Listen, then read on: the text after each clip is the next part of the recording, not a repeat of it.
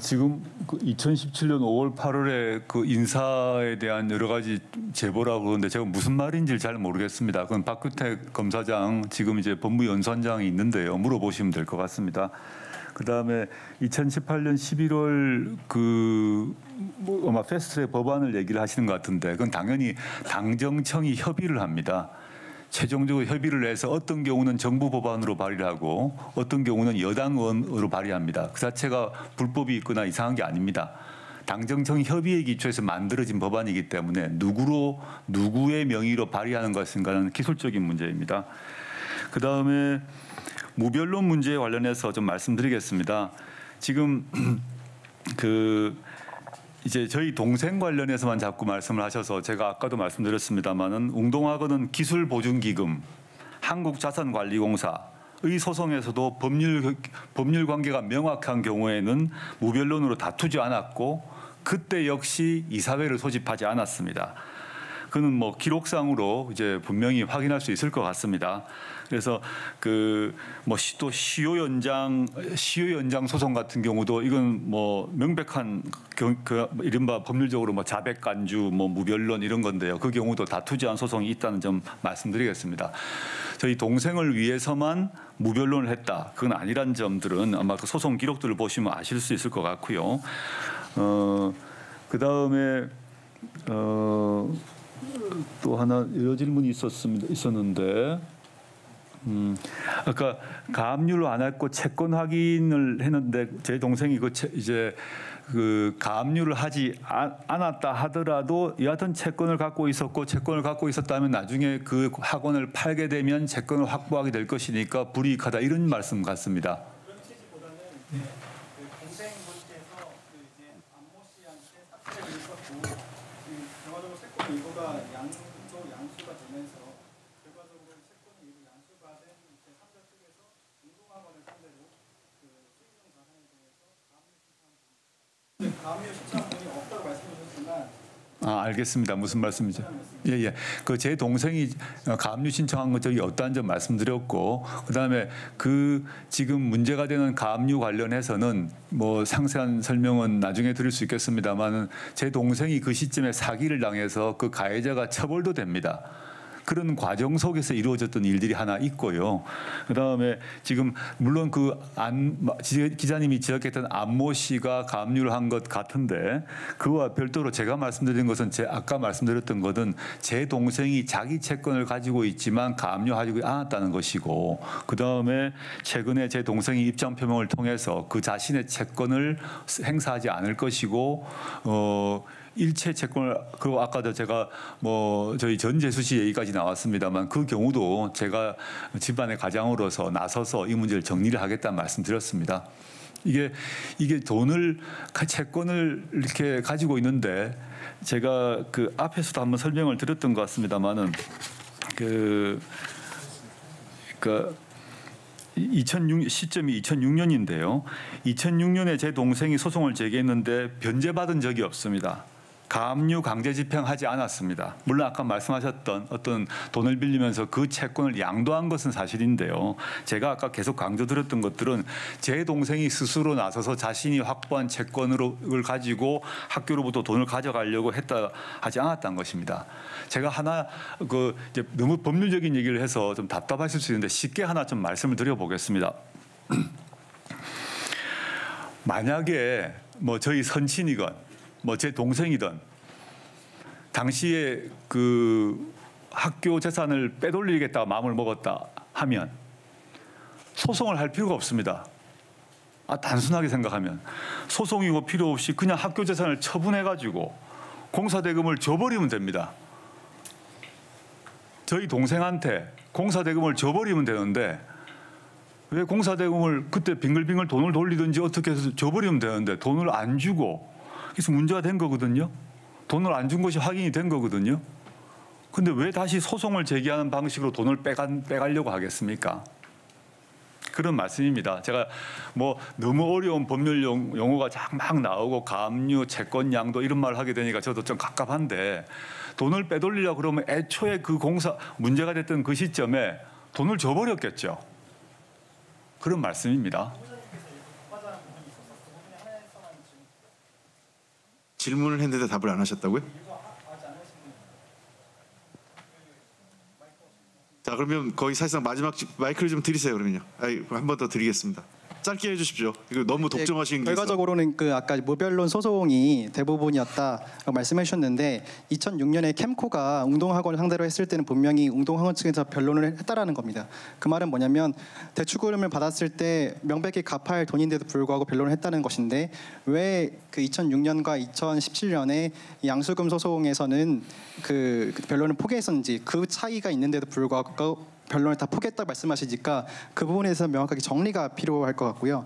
그리고 방금 말씀하신 대로 그 웅동학원 측에서 그 수익 기본 자산을 매각하는 방법으로 그 채무를 갚을 수 있습니다.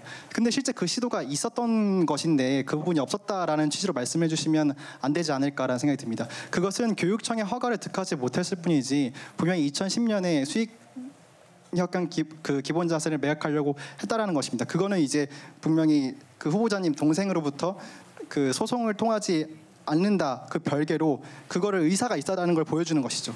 제가 다른 분의 질문에 오후에 답변을 드린 것 같습니다. 저희 선친께서 IMF 이후에 건강이 좀 계속 안 좋아지면서 저희 선친의 그께서는 당신께서 생전에 이 빚 문제를 모두 정리를 하고 싶어 하셨습니다.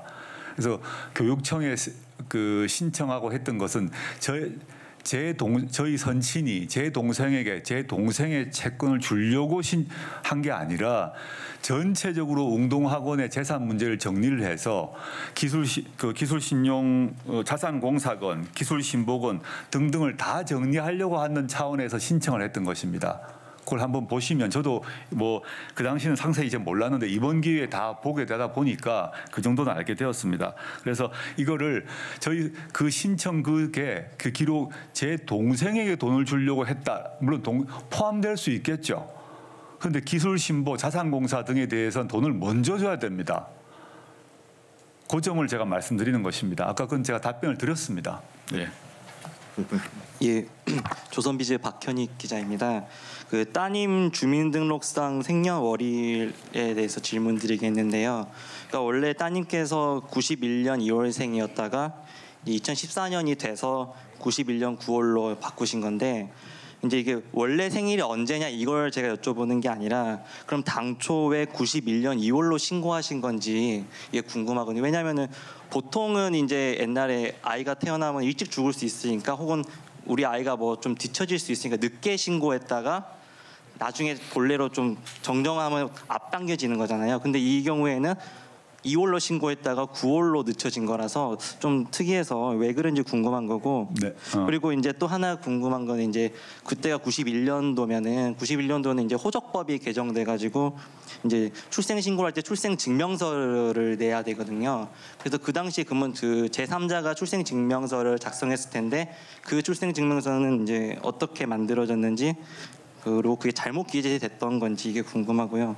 또 하나 더 궁금한 건 이제 그러면 이제 후보자님은 이제 법을 잘 아시니까 이거 바꾸는 건 이제 가족관계 등록 정정이라는 비송 사건으로 이제 처리를 하면 되잖아요. 근데 이 간단한 사건을 왜 이제 계속 두고 있다가 따님께서 이제 24살, 25살 됐을 때서야 이제 원래 생일로 바로 잡게 된 건지 2014년에 왜 그게 좀 궁금합니다. 예, 답변 드리겠습니다. 저희 아이의 생년월일 정정 문제와 관련해서 모 언론에서 이 생년월일을 아이를 젊게 만들어서 의전원에 지원할 때 유리하게 만들려고 했다라는 보도를 제가 보았습니다. 제가 기함을 했는데요. 일단 저희 아이 다니는 부산 의전원에는 2월 24일자로 지원되어 있습니다. 생년월일 변경 전 생년월일로 지원했고 그것에 따라서 그 입학 사정이 이루어졌습니다. 그건 확인해 보시면 쉽게 알 것입니다. 그 비송 사건에 따라서 생년월일이 정정된 것은 대학원 입학, 의전원 입학 이후입니다. 그것도 역시 금방 기록으로 확인될 수 있을 것입니다. 그 점에 있어서 보도가 과거에 2주 전인가 3주 전 있었기 때문에 저희가 인청준비단에서 해명 자료를 밝힌 바 있습니다. 그걸 전제로 말씀드리겠습니다. 저희 아이는 9월생 맞습니다. 서울의 모병원에 태어났고 출생증명서 있습니다. 그럼 그때 왜 2월에 신고했냐? 저희 선친께서 고향에 신고하셨는데 2월로 신고를 하셨습니다. 그때 어떻게 어떻게 그렇게 신고했는지는 저도 잘 모르겠습니다. 근데 그걸 나중에 알게 되고 나중에 이제 확인을 해보니까 저희 선친 말씀은 애 학교 빨리 보내야겠다 생각했답니다. 그게 불법인지 여부에 대해서 한번 확인해 봐야겠습니다만은 왜 더 뒤로 안 하고 당겼나 하니까 애 빨리 학교 보내는 게 좋지 무슨 유치원 보낼 필요가 있어. 그래서 2월 24일로 하면 3월 1일 할 수 있잖아. 이렇게 저한테 말씀하셨습니다. 아주 간단한 이유였습니다. 네. 그리고 아이가 커서 머리 크고 난 뒤에 자기 생년월일 그대로 하겠다 그래서 출생증명서를 병원에서 끊어서 아주 비송사건이니까 간단하게 제출하고 증거가 명백해서 생년월일을 바꿔주었습니다. 네. 그러면은 그 추가로 하나만 더 여쭤보고 싶은 게 그러면은 이제 그 따님께서 영국에 가셨을 때 이제 96년도에 이제 그 모 학교에 들어간 걸로 알고 있는데 그때가 이제 만 5살 이상만 들어갈 수 있는 학교였다고 들었거든요.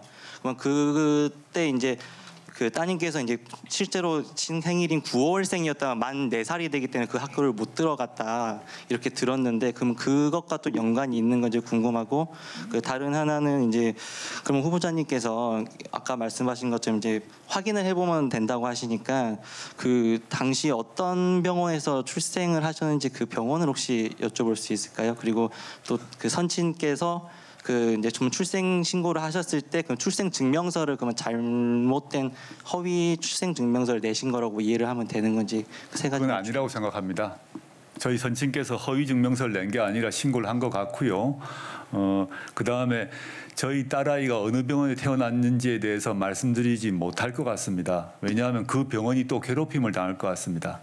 필요하게 되면 출생 증명서 공개할 수도 있습니다. 네. 근데 저희 아이의 출생 병원을 제가 이 자리에 공개한다는 게 어떤 의미가 있는지 모르겠습니다. 아까 제가 모두에 말씀드렸습니다만은 저에 대한 얘기를 하시되 저 딸아이의 신상 문제만큼은 좀 자제해 주시면 좋겠습니다. 제가 정말 부탁드립니다. 이것이 저희 아이의 생년월일이 바뀐 문제가 저희 돌아가신 아버님이 하신 건데 그것을 맨 처음에는 의전원 입학에 엄청난 부정이 있는 것처럼 보도가 있다가 그 문제가 정리되고 난 뒤에 그걸 저희가 공개를 했거든요. 생년월일 문제를. 근데 다시 지금 왜 그 병원이 문제가 되는지 잘 모르겠습니다. 어떤 공익적 가치가 있는지 저는 의문이고요. 그러면 그 증명서 자체가 존재하고 있기 때문에 존재한다는 것입니다. 만약에 국회에서 국회에 제출하면 제출했을 것이고요.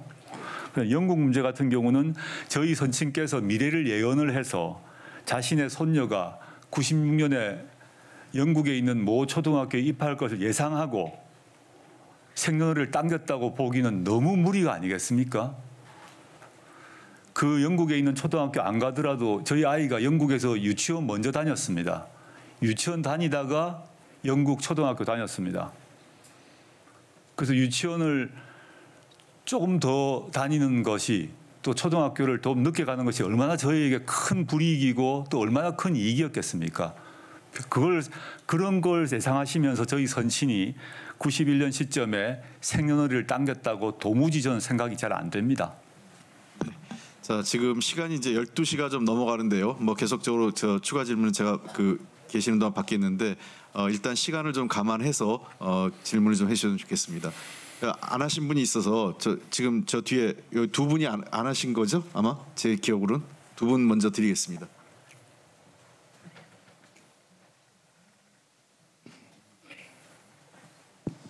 예, 데일리한 정도원 기자입니다. 예, 사실 제가 재학 중이었을 때 이 후보자께서는 그때 학생 부처장이셨는데 그 장학 업무를 담당하셨던 후보자께서 그 따님 장학금 문제로 이렇게 좀 후배 또 제자들의 신뢰와 존경을 잃고 있는 부분이 굉장히 좀 씁쓸한 느낌입니다. 예, 그래도 뭐 일가보다는 후보자 본인에 대한 좀 질문을 두 가지 드리려고 합니다.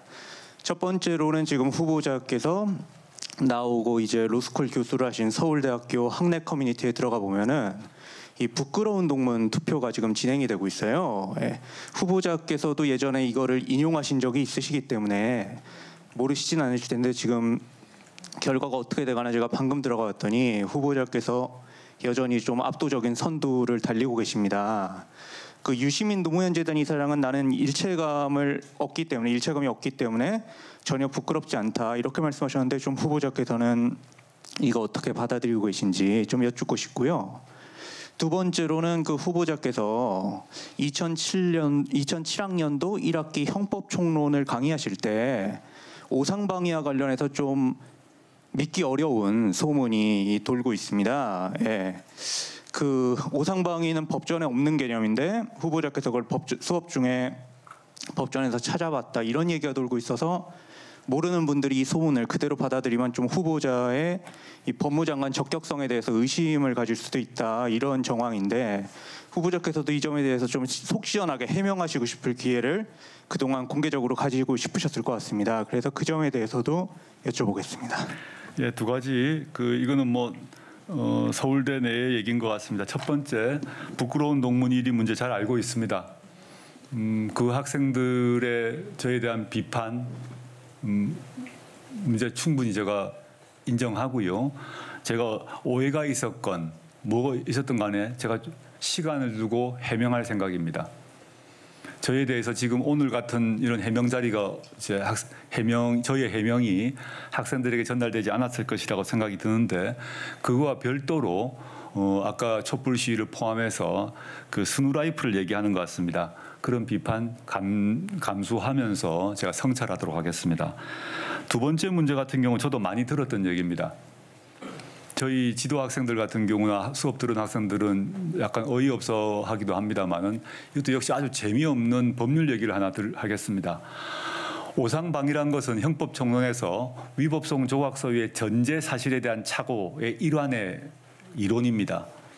일단 제가 위법성 조각서의 전제 사실에 대한 착오와 관련해서 판례 평석을 쓴 것이 있습니다. 제가 그걸 모르고 있다면 평석을 쓸 수가 없습니다. 찾아보시면 그 오상방위가 포함되어 있는 위법성 조각서의 전제 사실에 대한 착오에 제가 쓴 판례 평석을 보시면 저희 입장이 나와 있습니다. 근데 왜 그런 얘기가 있었을까 생각을 해보니 제 수업 때 이렇게 얘기를 합니다. 이건 좀 너무 법률적인 얘기라서 재미가 없습니다만은 오상방위라는 법조문이 제목을 갖고 있는 조문이 없습니다. 근데 오상방위란 문제를 푸는 데 있어서 해결하는 데 있어서 몇 가지 학설이 있는데 13조 적용설과 16조 적용설과 등등등이 있습니다. 이게 이런 자리에서 해야 될 얘기인지 모르겠습니다만 저는 수업을 할 때 이렇게 합니다. 현재 지금 로스쿨 학생들은 제 수업을 들은 학생은 잘 알 겁니다만은 오상방위 케이스를 내고 이 문제를 몇 조로 풀어야 되지라고 묻습니다. 그럼 학생들이 약간 왔다 갔다 하겠죠. 제가 조문에 있다. 현행 법조문상 몇 조문인지를 확인해봐라. 그러면 그럼 조문이 없죠. 오상방위란 이름이 달려있는 조문이 없습니다. 정당방위, 긴급피난 이런 경우는 있습니다. 오상방위는 없습니다. 없다고 답이 나옵니다. 저는 있다라고 합니다. 있다. 찾아라라고 합니다. 그건 뭐냐면 13조 고의조각이냐 16조 책임조각이냐의 문제입니다. 또 더 나간 판례는 이제 정당화 사유로 한 게 있는데 그런 건 너무 어렵고요. 그러니까 조문으로 얘기하면 결국은 그 오상방위라는 조문은 현행 조문으로 해결돼야 된다. 그 조문이 13조냐 16조냐 고의조각이냐 책임조각이냐 이 문제를 물으면서 오상방위 해결될 조문이 우리 형법 조문에 있다라고 제가 강조하고 찾으라라고 얘기합니다. 그런 과정에서 약간의 오해가 있었던 게 아닌가 생각이 들고요. 제 강의 스타일에 대해서 한번 생각을 해봐 주시고 제가 바로 그 오상방위 관련 판례 평석을 썼다, 발표했다. 그건 쉽게 아마 구하실 수 있을 거니까 보시면 그 문제에 대한 오해는 풀리지 않을까 생각이 듭니다. 네, 오래간만에 법학 강의를 들은 것 같아서. 예, 안녕하십니까. 한국방송통신사 박상태 기자입니다. 이 시간까지 어떻게 보면 국민의 알 권리를 위해서 청문회 대신 진행하고 있는 이 기자간담회에서 제가 느끼는 바로는 많은 사람들이 후보자님도 마찬가지겠지만 개인 신상에 관해서 얘기하는 것이 적절하면서도 굉장한 피로감을 주고 있습니다. 그래서 그 문제는 좀 뒤로 하고 싶고요. 전 이런 질문을 드리고 싶습니다. 두 가지를 생각해 봤는데요. 첫 번째는 검찰이 압수수색을 했습니다. 그래서 그 문제에 대해서 많은 뭐 여당에 계신 모 대표께서도 얘기하시고 청와대에서도 입장을 발표하고 또 한간에 또 도는 소문은 검찰이 이 마지막 저항을 하고 있는 거 아니냐. 그런데 이제 직접 지금 후보자로서 법무장관 후보자로서 또 청문회 뭐 과정에서 이렇게 됐습니다만 그럼에도 불구하고 법무부 장관으로서 직접적인 연계가 있는 검찰의 이런 압수수색이나 이런 어떤 액션에 대해서 어떤 입장차를 가지고 온도차를 느끼고 계신지 이게 궁금하고요. 두 번째는 많은 사람들이 양당 간에 두 가지 질문을 하는 것을 전 들었습니다. 첫째는 이런 여러 가지 개인 시장 때문에 아예 뭐 얘기할 것도 없다. 법무부 장관 되기 전에 어려운 거 아니야. 이런 말들이 돌 수도 있지만 또 다른 한편에서는 이런 질문이 있었습니다. 그러면 왜 저렇게 조 후보자는 저분은 법무부 장관을 저렇게 목숨을 걸고 검찰개혁이라는 뜻을 펼치면서 해보겠다고 저렇게 끝까지 버티고 있느냐. 그럼 저분이 얘기하는 검찰개혁은 뭐냐 하는 얘기들을 하는 거를 사실에 들었습니다. 제가 그래서 질문드립니다. 후보자님이 제일 중요하게 생각하는 검찰개혁의 기치. 만약 법무부 장관이 되면 이런 부분에서 나는 검찰개혁을 해보겠다 하시고 중점적으로 생각하시는 그런 정치적인 부분이 있는지 밝혀주시면 감사하겠습니다. 첫 번째 문제 인사청문회 진행 중에 검찰의 압수수색이 있는 문제에 대한 의견인 것 같습니다. 제가 오해도 말씀드렸습니다만은 법무부 장관 후보자로서 그 검찰 수사에 대해서 언급을 한다는 것, 부정적 의견이건 긍정적 의견이건 언급을 한다는 자체가 문제가 될 것 같습니다. 게다가 지금 압수수색은 통상적인 압수수색이 아니라 제 가족에 관련된 압수수색이기 때문에 제가 부정적, 긍정적 의견을 말하는 게 적절하지 않다고 봅니다. 저는 윤석열 총장께서 그 법과 증거와 판례에 따라서 수사를 하시고 또 그에 대해서 수사 마무리를 하실 거라고 생각하고 있습니다. 일체 언급하지 않고 제가 오해도 말씀드렸습니다만 만약 제가 법무부 장관이 된다면 그 관련 수사에 대해서는 일체 보고를 하지 말 것을 지시할 것이고 실제 또 보고를 하지 않으실 거라고 생각합니다. 어떤 경우도 묻지 않을 것이고 듣지 않을 것입니다. 오직 검찰의 판단에 따라서 이루어질 것이고 그 점에서 그 결과에 대해서는 누구나 승복해야 된다고 봅니다. 두 번째, 이와 별도로 검찰개혁은 다른 문제입니다. 수사는 수사이고 개혁은 개혁입니다. 제가 민정수석으로 그 17년에 부임했을 때 첫 일성이 민정수석은 검찰 수사에 개입하지 않는다는 말을 공개적으로 한 바 있습니다. 마찬가지로 법무부 장관은 물론 일반적 지휘권은 갖고 있지만 구체적 수사 지휘권은 없기 때문에 또 지금 같은 상황을 전제로 할 경우 더 말할 것도 없습니다. 저 과적 관련 수사에 개입하지 않을 것입니다. 그렇지만 검찰 개혁은 다른 문제입니다. 검찰 개혁은 검찰이 선택할 수 있는 문제가 아닙니다. 국민이 선택하고 국회가 선택할 사안입니다. 검찰개혁의 내용으로 문재인 대통령의 국정과제로 공수처, 검찰개혁, 법무부 탈검찰화 등등을 쭉 말씀하셨고 저는 민정수석으로 그 업무를 보좌해왔습니다. 근데 이걸 하나하나 말씀드리는 건 너무 긴 얘기고 전 이렇게 말씀드리겠습니다. 제가 오후에 말씀드렸습니다만 제가 87년 민주화가 이루어졌습니다.